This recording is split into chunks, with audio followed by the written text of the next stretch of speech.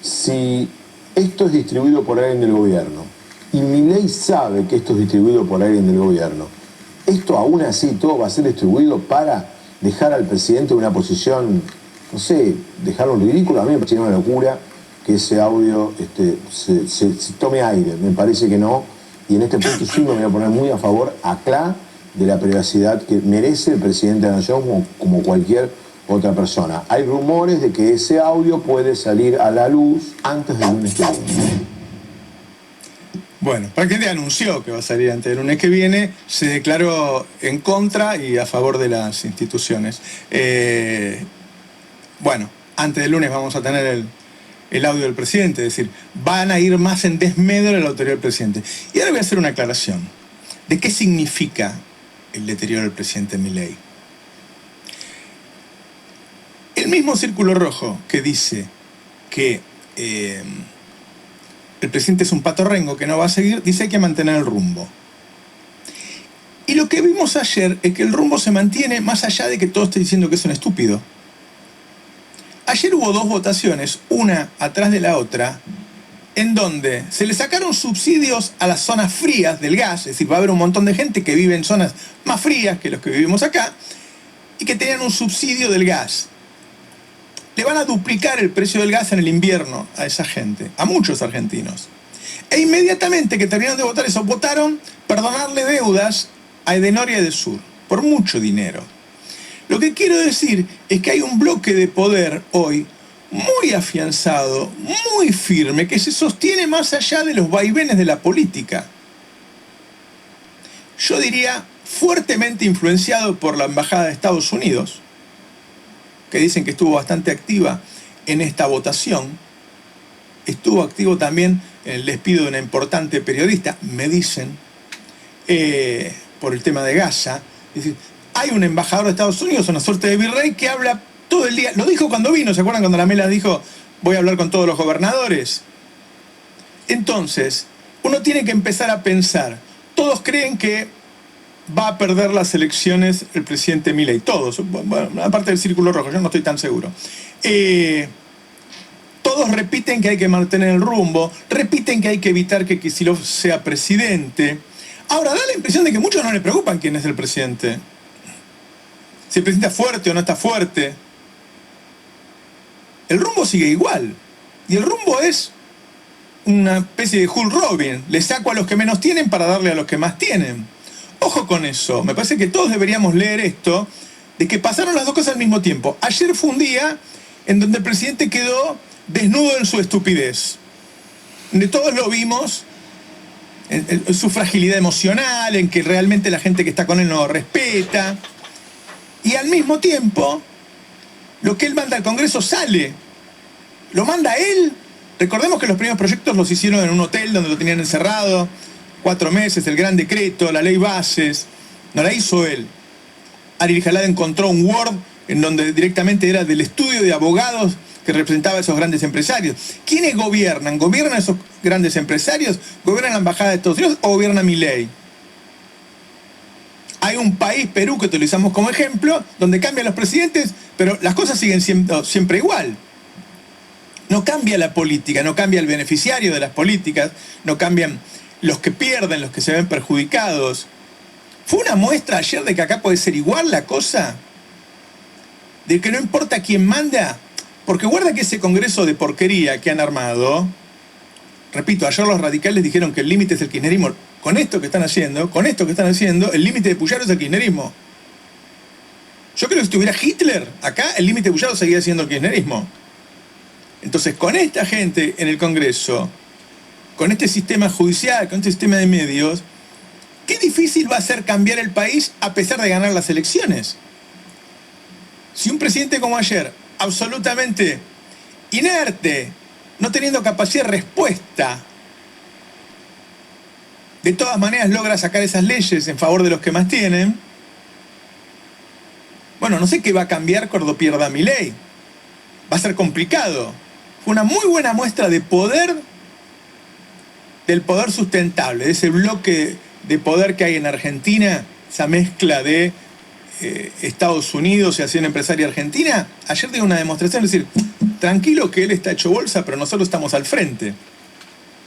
Seguimos adelante. Me pareció importante eso.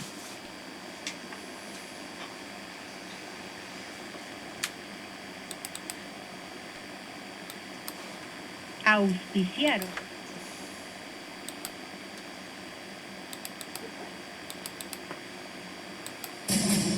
YPF Barale Hermanos, Sociedad Anónima, que te brinda, además del mejor combustible, un lugar placentero donde disfrutar de un café, una merienda al paso, con la mejor atención.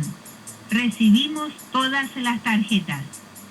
Con YPF Serviclub, todas tus compras suman y obtenés promociones y descuentos.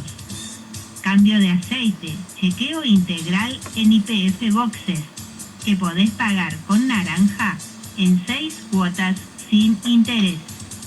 YPF Barale Hermano, Sociedad Anónima, te espera en Avenida Sabio, Camino Almafuerte, con el mejor servicio. Veterinaria Priotti te ofrece una especializada atención para tu mascota. Planes sanitarios, cirugía de media y alta complejidad, traumatología, cardiología, radiografía digital, ecografía, electrocardiograma, odontología, laboratorio de análisis clínicos. Veterinaria Priotti, donde tu mascota tiene voz, está en Esperanza 1482. Urgencias 3571 69 28 69. WhatsApp 3571 32 76 07. Y en Instagram, Veterinaria Priotti.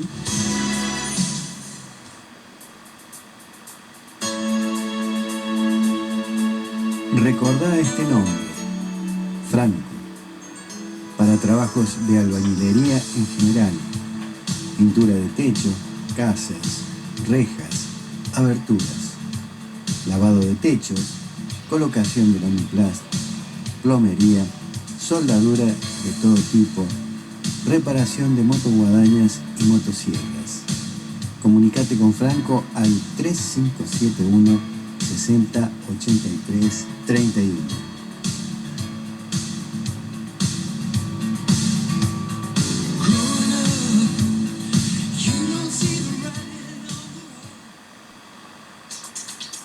Misceláneas de María Susana, en Leandro Alem 950, tiene la indumentaria para toda la familia.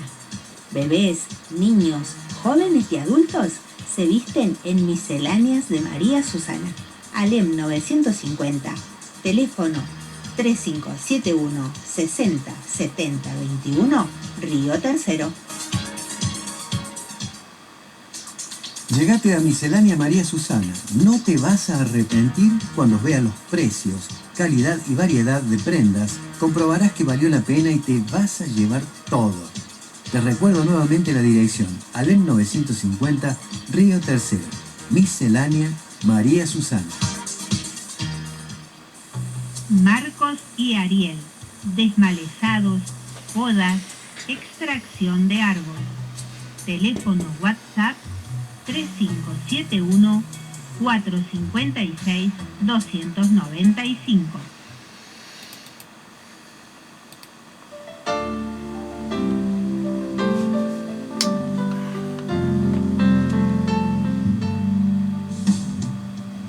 Último momento. Despidos masivos en los hoteles de Embalse y Chapadmalal. Los complejos hoteleros estatales de Embalse de Chapadmalal, en Buenos Aires, sufrieron un duro golpe este jueves 21 de mayo de 2026. La totalidad de sus empleados contratados fueron despedidos y los que pertenecen a planta permanente fueron pasados a disponibilidad, que viene a ser más o menos lo mismo, ¿no? La información fue brindada al diario Río Tercero por allegados a la unidad turística de Embalse y confirmada por el secretario general de ATE de Río Tercero y Zona, David Salto. Es la primera vez desde la apertura de los hoteles, allá por la década del 40, que se despide a todo su personal, lamentó Salto. Los despidos también alcanzaron a personal de la Secretaría de Turismo de la Nación en la ciudad autónoma de Buenos Aires. En Embalse, los despidos de personal contratado serían 14 y otros 30 de planta permanente fueron pasados a disponibilidad. Disponibilidad quiere decir que si el Estado no logra reubicarlos en otro puesto, se deben considerar despedidos. Esta decisión del gobierno nacional significa un duro revés también para el turismo social, que en los últimos años, bajo la gestión del presidente Milei, fue una actividad prácticamente nula. La unidad turística de Embalse ya había sufrido 20 despidos en noviembre de 2024, en el marco de otros que fueron por goteo, en el marco de un plan de desmantelamiento del turismo social impulsado por la gestión de Milei. La unidad turística Embalse está compuesta por un total de 7 hoteles y 51 bungalows. Además, dentro de la Administración Nacional se encuentra un polideportivo y un centro médico. En el año 2013 fue declarado Monumento Histórico Nacional. Ahora se habla de gestiones para privatizar todo ese predio y sus instalaciones ubicados en un lugar privilegiado del Valle de Calamuchita, que abarca unas 900 hectáreas ubicadas en la costa del lago de Embalse. Así estamos, rematando todo. Y en cierta forma también borrando toda la obra que hizo alguna vez el gobierno peronista, desde el año 1945 en adelante. Hay que borrar todo lo que hizo el peronismo. Esa es la idea. Exactamente. Es muy triste esto. Y bueno, yo cada minuto más admiro a la población de Bolivia. Yo también. ¿Qué capacidad de defensa de la patria que nosotros, me incluyo, no la tenemos? ¿Hace cuánto? 2 años y medio que está el imbécil este, insoportable, mugriento, antipatria, adorador de Trump y de todas las banderas que no son de su país, que hasta nos hizo una bandera ¿de qué país acá? Israel. De Israel. Y no lo cagamos a patada en el culo y lo echamos. No, es el señor presidente. Qué pueblo idiota que somos, ¿eh? Qué pueblo idiota. Así vamos para atrás también. A 200 por hora vamos para atrás. Y bueno, ¿qué va a hacer? Cada uno tiene lo que se merece, ¿no? Y si tenemos esto, esta mugre de gobierno, este asco de gobierno, es porque lo merecemos. Así, me incluyo. Lo merecemos. ¿Qué nos tienen que poner en el traste para que salgamos a la calle a defender la patria? Y a echarlo a Milei y todos los secuaces, choros, asaltantes, hasta asesinos son delincuentes. ¿Qué nos tienen que poner? ¿No tienen que poner una cañita voladora en el trasero? No sé. No, todo por las redes. En las redes hacemos, no sé, libertamos el mundo. Pero no defendemos la patria. Somos una manga de mierda los argentinos. Así de simple. Bueno, ¿tenés algo? Yo tengo, pero te doy lugar. Sí, estoy buscando. Bueno, hay un testimonio clave en la causa Cuadernos, Bonadío y el fiscal. Me decían que no me olvide que tengo 2 hijas. Anda. Seguirán inventando acá. La cuestión es tenerla a Cristina atada, ahí presa, inmóvil, para que no moleste, para que no acomode el país, para terminar de hacer mierda todo. Esa es la idea. Destruir todo. Y lo están logrando. Bueno, voy a comenzar con una historia que La vamos Bien. a continuar en el próximo programa porque es bastante largo. El demente presidente Milei introdujo a Argentina en la guerra demencial de Medio Oriente. Milei fue el único mandatario que visitó Israel en vísperas de la guerra de los 12 días, en la que atacó por sorpresa y asesinó la cúpula militar y científica de Irán. Ahora volvió allí comportándose como un niño, llevado de la mano por un rabino a llorar en el muro de los lamentos y cantando y bailando. Y se despachó diciendo: con determinadas culturas no podemos convivir. A la par que Netanyahu afirma que la lucha no ha terminado.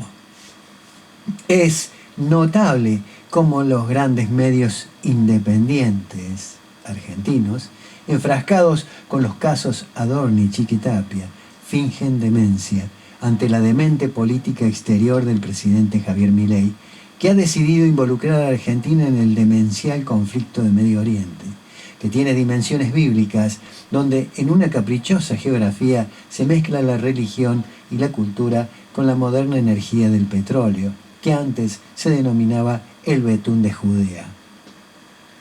Y está dinamizado por personajes shakespeareanos que huyen de su destino, como es el caso del premier de Israel, Benjamín Netanyahu, acosado por el karma de sus causas judiciales internas y externas, acompañado en el drama o la tragedia por personalidades borderlines, como es el caso del presidente de Estados Unidos, Donald Trump, y el de Argentina, Javier Milei, quienes por una u otra razón muestran una notable dependencia hacia el primero de los nombrados. En el caso de Trump, según muchos, por la coacción que implican los archivos de Epstein. Y en el caso de Milei, el único gobernante del mundo que visitó nuevamente Israel en vísperas del nuevo ataque contra Irán, ahora en conjunto con Estados Unidos, por la sugestión a la que está sometido por parte de un rabino, como se puede apreciar en el bochornoso video siguiente, donde como un infante y no un estadista como correspondería, es conducida de la mano de él a rezar y llorar ante el muro de los lamentos en Jerusalén.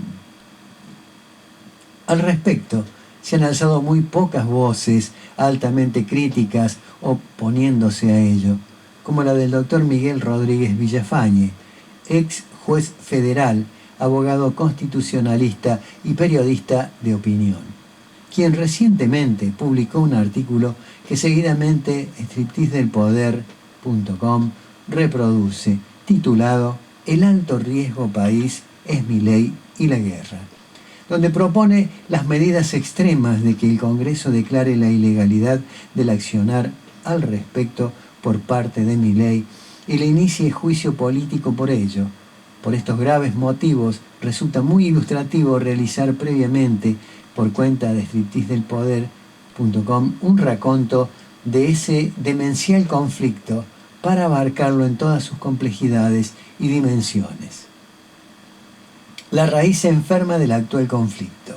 La gangrena infecta de ese conflicto es el haber implantado el occidente cristiano en Palestina como una nueva versión de sus cruzadas y de su colonialismo atávico, el Estado de Israel, y haber impedido a la par, a lo largo de casi 80 años, la instalación del Estado palestino dispuesto en paralelo con la creación de Israel.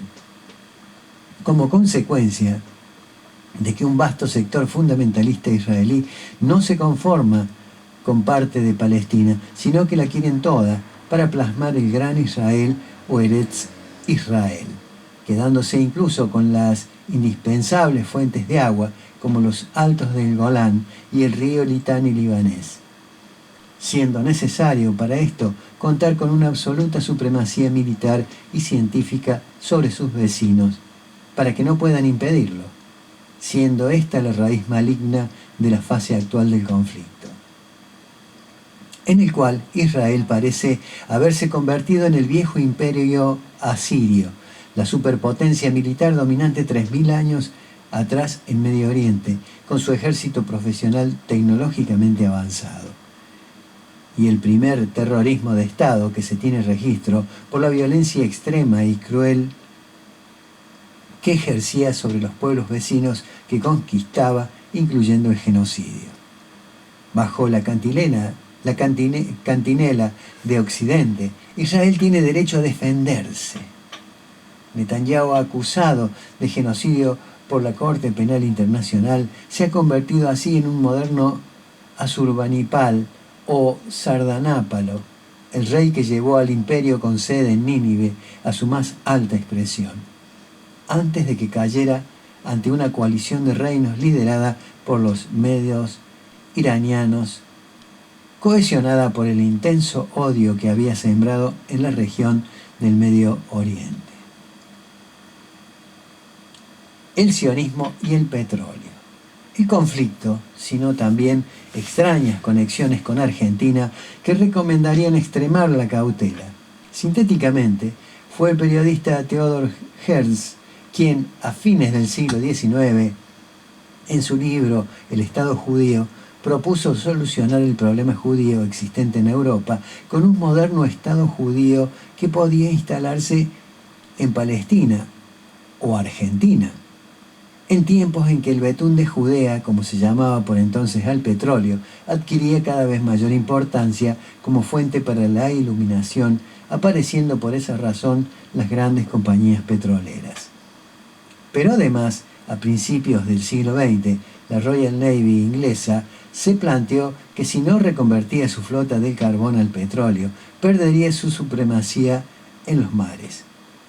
Por ello se dedicó a descubrir petróleo de fácil acceso en la costa de los mares y lo encontró en Persia con la Anglo-Persian Oil y en Comodoro Rivadavia, buscando el Estado argentino supuestamente agua, en un lugar que entonces estaba prácticamente desierto, pero en sus cercanías afloraba el betún de Judea, y desde allí lo trasladaba de contrabando a las Islas Malvinas con la empresa Astra para surtir a sus nuevas naves de guerra que quemaban ese combustible, que le permitió a Inglaterra imponerse en 1914 en la batalla naval de Malvinas, las más importantes de la Primera Guerra Mundial, en la que derrotó a la escuadra del Graf Spee que pretendía cortar la ruta del nitro de Chile, base de los explosivos de entonces, mandando a dicho almirante, sus dos hijos y otros 1.600 alemanes al fondo del mar. Luego, en la Guerra de Malvinas de 1982, Astra, que había alquilado su flota Time Charter a la Shell, hizo exactamente lo mismo, proveyó el combustible de la Task Force inglesa y por ello, seguidamente ante las denuncias que habían aparecido al respecto, tuvo que incendiar su destilería Astrasur, ubicada también allí. Esa fuente de petróleo persa tornó a esa región de alta importancia estratégica para Inglaterra para asegurar los suministros de petróleo a la Royal Navy, señora de los mares, y así, a la par que erosionaba al Imperio Otomano durante dicha guerra, Inglaterra y Francia, con el consentimiento ruso, firmaron en 1916 el acuerdo secreto Sykes-Picot. Con él se repartieron la península arábiga. Seguidamente, inspirado en el fundador del sionismo Herzl, el canciller inglés Balfour, en 1917, emitió su famosa carta dirigida al líder sionista Lord Rothschild, expresando en ella el apoyo inglés a la creación de un hogar nacional judío en Palestina y alentando la inmigración judía hacia allí, la que comenzó de inmediato y llegó a su máximo nivel con el acuerdo de transferencia firmado entre el nazismo y el sionismo en forma previa a la Segunda Guerra Mundial. La creación de Israel con el terrorismo judío y el lobby en la ONU.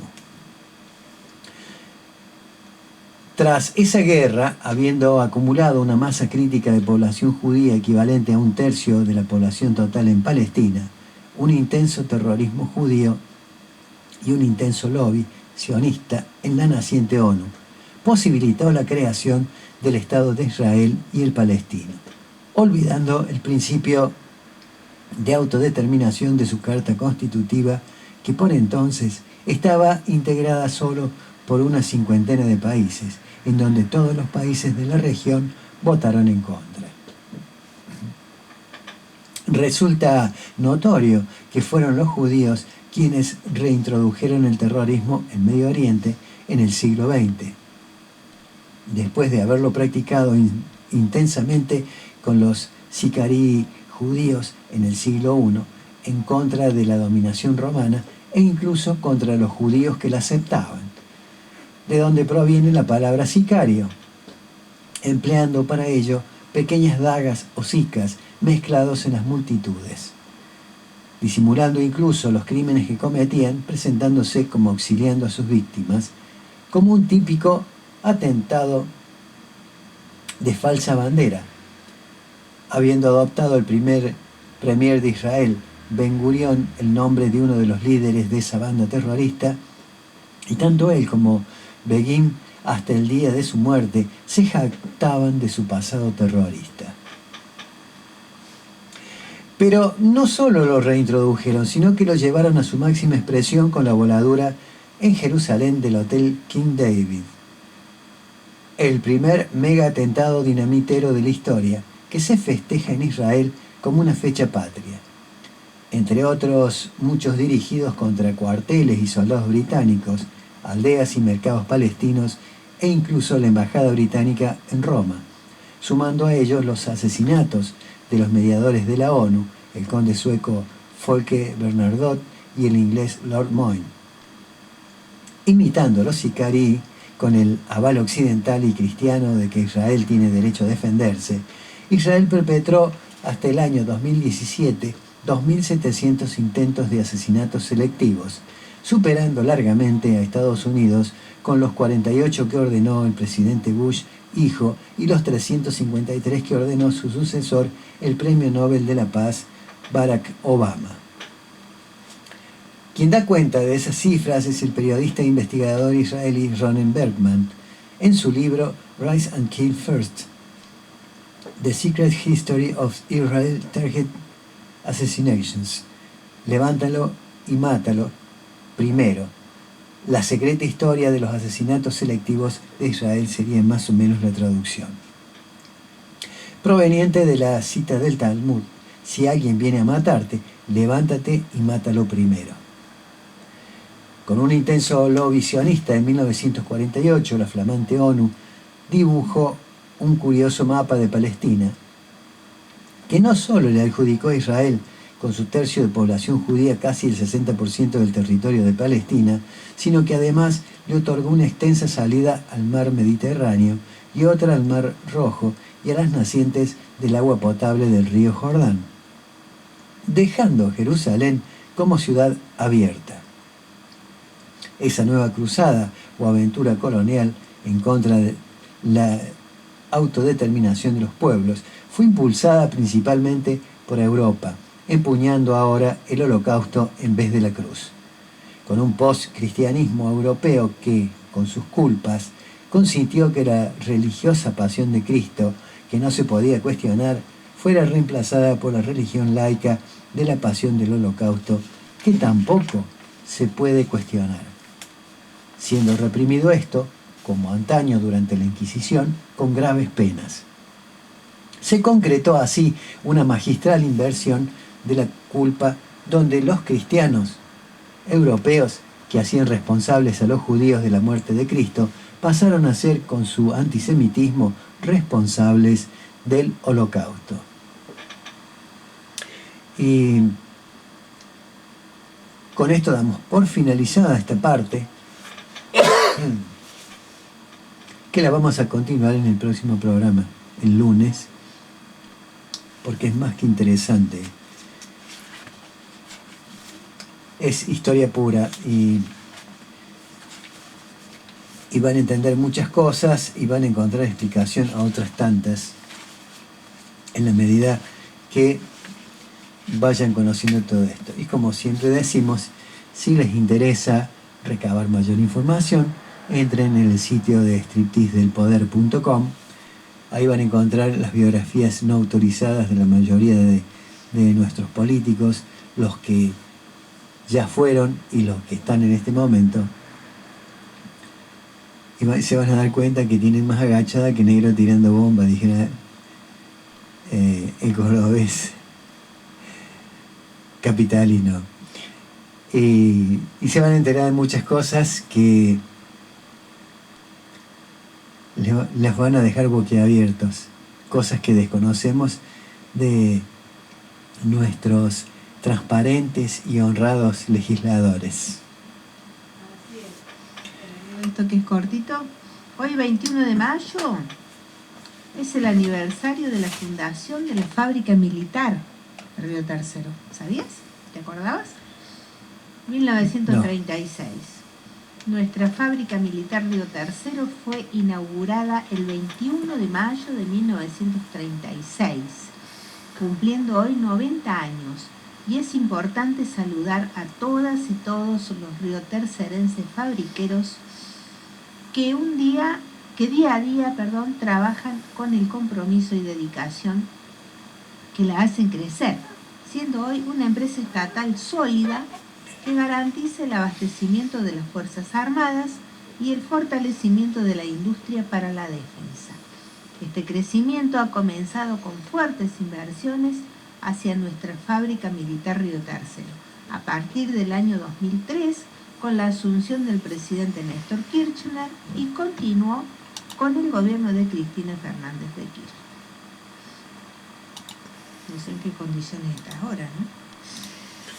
Y ahora tan alicaída como las otras empresas, porque hace rato que le tienen hambre de cerrarla para favorecer a intereses espurios, Todo como siempre. hace pelota todo. Exacto. Que no se olvide el río tercerense, que Río Tercero creció y es lo que es gracias a la fábrica militar. Exactamente. Las demás empresas vinieron por añadidura, pero la empresa fundamental, la empresa madre, fue la fábrica militar.